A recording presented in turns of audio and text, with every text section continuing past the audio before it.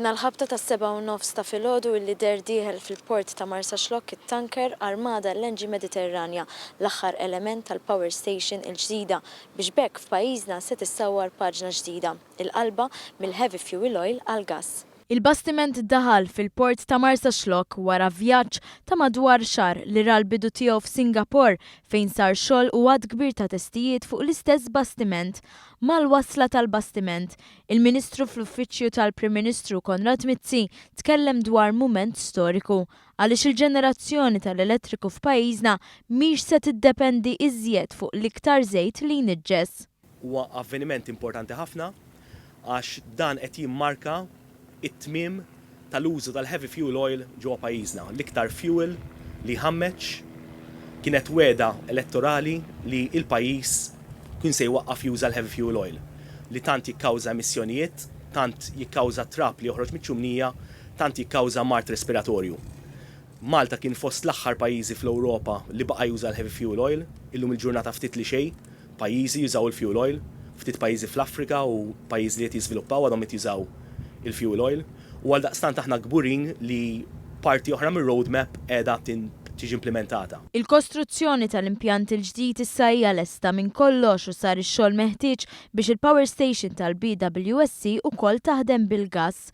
Gass li għalissa se jasal permezz ta' dan il-bastiment li fuq kollox huwa wieħed temporanju.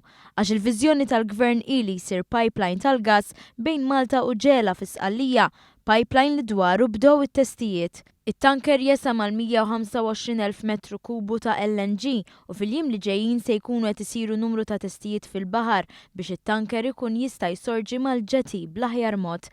Il-Project Manager Catherine Halpin spjegat li t-testijiet li se jsiru jvarjaw u dan biex tkun assigurata sigurtà massima qabel ma jibda jġorr l-LNG. She's going to go back out to sea to perform some sea trials, some contingency plan testing just to make sure that before we bring any LNG cargoes to Malta that we have actually done a trial of all our safety plans.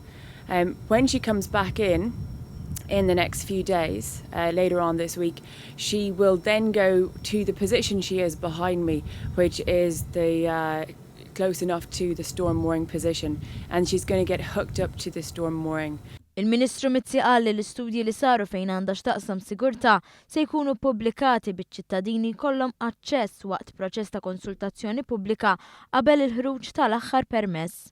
Fejn ir-rapporti kollha li għandhom x'jaqsmu ma' safety, ġifieri ir-risk assessment, is-safety risk assessments, kif ukoll il-maritime risk assessment, il-Marine Ocean Studies u l-rapporti kollha se jkunu pubbliċi, se jkunu online biex dak li jkun jista' jiddownloadjhom, kif ukoll se jkunu available ukoll mill-kunsilli lokali biex kulħadd jista' jiskrutinizzhom. Kenna l-aħjar konsulenti fid-dinja jaħdmu fuqhom u one more time is-safety se tkun priority, se jkun hemm information campaign dwar dan kollu. Il-proċess tal-era u tal-operational permitting huwa wieħed indipendenti li ma nidħolx fih per se, però nassigurakom li obviously d-dokumenti kollha se jiġu published kif kien dejjem ikkummentat mill-Gvern. Il-Kap Eżekuttiv ta' Electrogas, Franz Dolfer, esprima sodisfazzjon għal livell ta' professjonalità li fissret li kollox mexa ħarir.